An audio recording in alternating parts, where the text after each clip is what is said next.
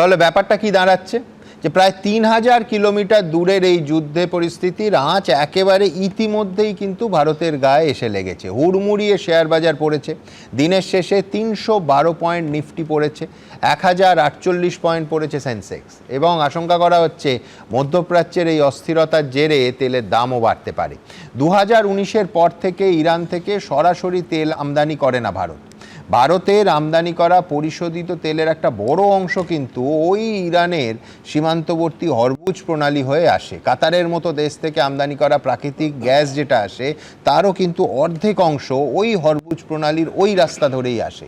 এই পথ বন্ধ, ফলে ভারতের তেলের যোগানে টান পড়তে বাধ্য। তারপরে জ্বালানির দাম চচ্চড়িয়ে এদেশে বাড়বে। জ্বালানির দাম বাড়া মানেই সমস্ত নিত্য প্রয়োজনীয় জিনিসের দাম বাড়া। আমার পরের বক্তা বাজার বিশেষজ্ঞ অনির্বাণ দত্ত। এই যুদ্ধের আঁচ কতটা ভারতের সাধারণ মানুষের গায়ে এসে লাগতে পারে অনির্বাণবাবু? দেখো সুমনদা, আজকে যদি আমরা দেখি যে শনিবার থেকে যুদ্ধটা শুরু হয়েছে, যদি শনিবার থেকে যুদ্ধটা না হতো তাহলে আপনার এখানে আমরা দেখতাম এসআইআর নিয়ে যুদ্ধ হচ্ছে। ঠিক, ভারতবর্ষের অর্থনীতি কিন্তু রাজনীতির সঙ্গে সম্পৃক্ত। আপনি আমার মাধ্যমে যেটা জানতে চাইছেন, আমি আপনার মাধ্যমে সমস্ত এবিপি আনন্দের দর্শকদের জানাচ্ছি যে আন্তর্জাতিক বাজারে তেলের দাম বাড়বে, এটা নিয়ে কোনো সংশয় নেই। কিন্তু ভারতবর্ষের বাজারে আবার বলছি রাজনীতি অর্থনীতি সম্পৃক্ত। আগামী কয়েক মাসের মধ্যে 5টা রাজ্যে নির্বাচন আছে, তার মধ্যে পশ্চিমবঙ্গ আছে, তার মধ্যে তামিলনাড়ু আছে এবং তার মধ্যে কেরালাও আছে একদম। এবং সেই জন্য আমি আপনাকে খুব দৃঢ় কণ্ঠে বলছি যে তেলের দাম যতদিন নির্বাচন আছে ততদিন ভারতবর্ষের বাজারে বাড়বে না। তাতে হয়তো অয়েল মার্কেটিং কোম্পানিজগুলো আছে, তাদের লোকসান বহন করতে হবে। কিন্তু আসল যদি চিত্রটা আমরা দেখি, এটা ঠিক যে রাশিয়া ইউক্রেনের যুদ্ধ যখন 2021 সালে শুরু হয়েছিল তখন আন্তর্জাতিক বাজারে তেলের দাম বেড়েছিল। আপনার স্মরণে থাকবে তখন $139 পার ব্যারেল হয়ে গেছিল। তেলের দাম ভারতবর্ষের বাজারেও বেড়েছিল, কিন্তু তেলের দাম আবার কমেও ছিল ইন্টারন্যাশনাল মার্কেটে, সেটা প্রায় $70 কাছাকাছি চলে এসেছিল পার ব্যারেলে।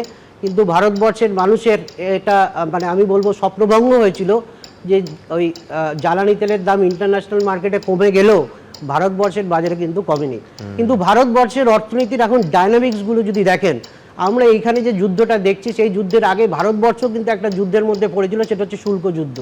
ট্রাম্পের সঙ্গে আমরা দেখেছিলাম যে আমাদের যে মেইন বিজনেস পার্টনার আন্তর্জাতিক বাজারে সেটা ছিল আমেরিকা, এবং তার সঙ্গে কিন্তু আমাদের যে বাণিজ্যের যে মেইন জিনিস আমরা রপ্তানি করতাম সেই রপ্তানিটা ক্ষতিগ্রস্ত হয়েছিল।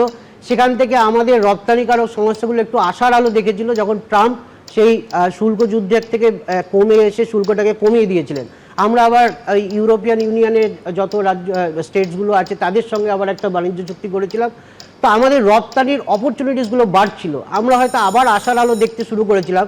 কিন্তু সেই জায়গাতে দাঁড়িয়ে আমরা দেখছি যে যেহেতু এরকম বিশ্ব বাজারে একটা ডামাডোল শুরু হয়েছে, যারা রপ্তানি করেন এবং রপ্তানি করবার যে গতিপথ সেই জায়গাটা কিন্তু বাধাপ্রাপ্ত হয়েছে, এবং ভারতবর্ষের ফরেন কারেন্সি আর্ন করবার যে অপরচুনিটিসগুলো সেগুলো কমেছে। অপরদিকে ইন্টারন্যাশনাল মার্কেটে তেল কিনতে গেলে কিন্তু আমাদের অ্যাডিশনাল ডলার আউটফ্লো হবে, এবং আপনি দেখবেন আজকে শেয়ার মার্কেটের যে পতনটা তাতে কী হচ্ছে, ফরেন ইনস্টিটিউশনাল ইনভেস্টার যারা আছেন তারা ভারতবর্ষের বাজার থেকে তাদের ইনভেস্টমেন্টটাকে সরিয়ে নিয়ে যাচ্ছেন, এবং সেটা সরিয়ে নিয়ে যাচ্ছেন বলে তারা ডলারের মাধ্যমে নিয়ে যাচ্ছেন, যার জন্য কী হচ্ছে আমাদের টাকার অবমূল্যায়ন হচ্ছে। সেটাও কিন্তু ভারতবর্ষের অর্থনীতিতে একটা বড় চ্যালেঞ্জ।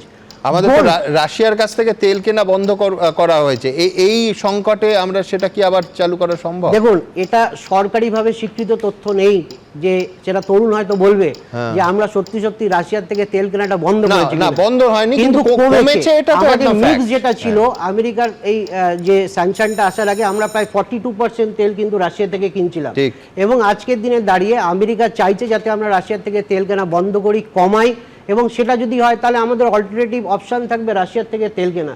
কিন্তু যুদ্ধের যে বাতাবরণ তৈরি হচ্ছে, এটা আমি বলবো ওয়ার্ল্ড ইকোনমিকে হয়তো আমি বলবো খুব বাজেভাবে ইম্প্যাক্ট করবে। তার একটাই কারণ, হরমুজ প্রণালী দিয়ে কিন্তু সারা বিশ্বের তেল সরবরাহ হয় প্রায় 25 থেকে 30%, এবং হরমুজ প্রণালীতে যেটা হয়েছে সেটা হচ্ছে, দেখুন ইসরায়েল আর এই আমরা ইরানের যুদ্ধ দেখেছিলাম, জুন মাসেও একটা বাতাবরণ তৈরি হয়েছিল, সেখানে আমেরিকার থেকে প্রেসিডেন্ট ট্রাম্প বলেছিলেন যে আমরা পিছন থেকে সাপোর্ট করবো, কিন্তু এই প্রথমবার তিনি কিন্তু সামনে থেকে যুদ্ধে অবতীর্ণ হয়েছেন, এবং এর ফলে কি হয়েছে, তিনি কিন্তু চায়নাকে একটা চাপ দিয়েছেন। তার কারণ যে চায়না কিন্তু ইরান থেকে সস্তাতে তেল কিনতো, এবং আপনি দেখবেন ডলারের পাশাপাশি ব্রিক্সের একটা উত্থান হচ্ছিল, এবং সেক্ষেত্রে কিন্তু রাশিয়া এবং চীন এবং ভারত তারা কিন্তু এক জায়গাতে এসেছিল, তারা ডলারকে উপেক্ষা করে চেয়েছিল যে আগামী দিনে ব্রিক্সের উত্থান হবে।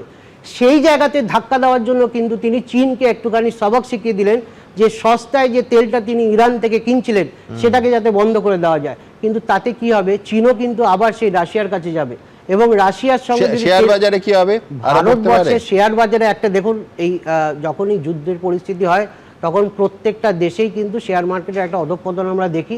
ভারতবর্ষের শেয়ার বাজারে আমরা যেটা এক্সপেক্ট করেছিলাম তার থেকে কিন্তু কম ফল হয়েছে আজকে, এবং তার একটা কারণ শনিবার যুদ্ধ হয়েছে, তারপরে রবিবার গেছে, আজকে সোমবার, অনেকটা শেয়ার মার্কেট অ্যাবজর্ব করে নিয়েছে এবং আগামী দিনে হয়তো একটা আমরা দেখব ডাউনফল থাকবে। কিন্তু সবথেকে সুবিধের জায়গা যেটা, ভারতবর্ষের যে মিউচুয়াল ফান্ড ইন্ডাস্ট্রিজ আছে তারা কিন্তু রেগুলার শেয়ার কিনে যাচ্ছে এবং ডোমেস্টিক যে ইনভেস্টমেন্ট সেটা কিন্তু এই পতনটাকে রোধ করবার চেষ্টা করছে এবং আগামী দিনে হয়তো ফরেন ইনস্টিটিউশনাল ইনভেস্টার্সরা তারা প্যানিক করবেন। সাধারণভাবে যারা ক্ষুদ্র লগ্নিকারী আছেন, শেয়ার মার্কেটের উপর ভরসা করে ইনভেস্টমেন্ট করেন, তাদের অত প্যানিক হওয়ার কিছু জায়গা নেই সুমনদা। এবং এইটা বলবো আমি, তাদের কাছে একটা অপরচুনিটিস দেবে, কিছু কিছু দামি শেয়ার সেটা হয়তো সস্তাতে তারা কিনতে পারবে। কিন্তু ভারতবর্ষের অর্থনীতিতে শেয়ার মার্কেটটা বড় কথা নয়, আন্তর্জাতিক বাজারে তেলের দাম বাড়লে ভারতবর্ষের তেলের দাম বাড়তে বাধ্য এবং তাতে কিন্তু প্রত্যেকটা জিনিসের দাম কিন্তু বেড়ে যাবে। আমরা দেখবেন consumer price index, wholesale price index, সরকারি পরিসংখ্যান বলছে দাম কমছে, কিন্তু আপনি যখন বাজারে গিয়ে জিনিস কিনছেন তখন কিন্তু তার এফেক্টটা আপনারা পাচ্ছেন না। এবং তার সঙ্গে সঙ্গে যদি যুদ্ধের বাতাবরণ তৈরি হয়, এক প্রকার কিছু অসাধু কারবারি থাকে, তারা কিন্তু এই যুদ্ধের আবহে তারা কিন্তু জিনিসপত্রের দাম বাড়িয়ে দেবে এবং সেখানে সরকারি নজরদারি থাকতে হবে। কিন্তু ভারতবর্ষের যদি সামগ্রিক অর্থনীতি আমরা দেখি, তাহলে এই যুদ্ধের বাতাবরণে ভারতবর্ষের যে অর্থনীতি সেটা বাধাপ্রাপ্ত হবে, এটা নিয়ে কোনো দ্বিমত নেই। এবং সরকারের কাছে অনেক রকম চ্যালেঞ্জ আছে, ডাইনামিক্সগুলো কিন্তু সরকারের কাছে ডিফারেন্ট। সরকারের কাছে এখন ডিফেন্স সেক্টরে কিন্তু অ্যাডিশনাল এক্সপেন্ডিচার হবে। আপনি জানেন এই যুদ্ধটা যদি তৃতীয় বিশ্বযুদ্ধে পরিগণিত হয় বা যদি আমাদের পাকিস্তান যদি আবার কোনো রকম অ্যাটাক করে, সেই জন্য সরকার সামগ্রিকভাবে এই প্রতিরক্ষা খাতে খরচা বাড়াচ্ছে, যেটা আমরা হয়তো বুঝতে পারছি না। কিন্তু বাজেটের মধ্যে আমরা যেটা দেখি যে একটা অ্যাডিশনাল এক্সপেন্ডিচার থাকবেই সবসময়, কারণ সরকার প্রতিরক্ষা খাতে সীমান্তটাকে সুরক্ষিত রাখতে চাইবে। এর সঙ্গে সঙ্গে আপনি যদি সাধারণ মানুষের কথা দেখেন, আমরা গোল্ড নিয়ে আলোচনা করছি এখন, এতদিন কিন্তু আমরা গোল্ড সিলভার নিয়ে আলোচনা করতাম না, আমরা বাজারে আলু পটলের দাম নিয়ে আলোচনা করতাম। গোল্ড কিন্তু রকেটের মতো দাম বাড়ছে, একটা আমরা দেখেছিলাম স্টেবিলাইজ হওয়ার একটা সম্ভাবনা তৈরি হয়েছিল, কিন্তু আবার আন্তর্জাতিক বাজারে কিন্তু সবাই অ্যাগ্রেসিভলি গোল্ড কিনছে এবং ভারতবর্ষের সরকারও কিন্তু গোল্ড কিনছে। এবং গোল্ড কেনা মানেই হচ্ছে যে গোল্ড কিনতে যে খরচাটা সেটা যদি বাড়ে তাহলে আবার সেই ফরেন কারেন্সি বেরিয়ে যাচ্ছে। আমাদের যে বিদেশি মুদ্রার ভান্ডার, সঙ্গে একটা জায়গায় আমি সম্পূর্ণ একমত যে আমাদের দেশে দেখুন, যুদ্ধ হোক বা অন্য কোনো বিষয়, অর্থনীতিকে সবসময় রাজনীতি নিয়ন্ত্রণ করে। সেই জন্য আপনারা দেখবেন যে ও বলল যে যেহেতু সামনে ভোটের কারণে দাম খুব বেশি তেলের নাও বাড়তে পারে। আমরা বলছি এইরকমও তো আমরা এই দেশেই দেখেছি, যে দিন শেষ দফার ভোটটা হয়ে গেল সেই দিন 5টার পরে তেলের দাম বেড়ে গেল। এবিপি আনন্দ, এগিয়ে থাকে, এগিয়ে রাখে।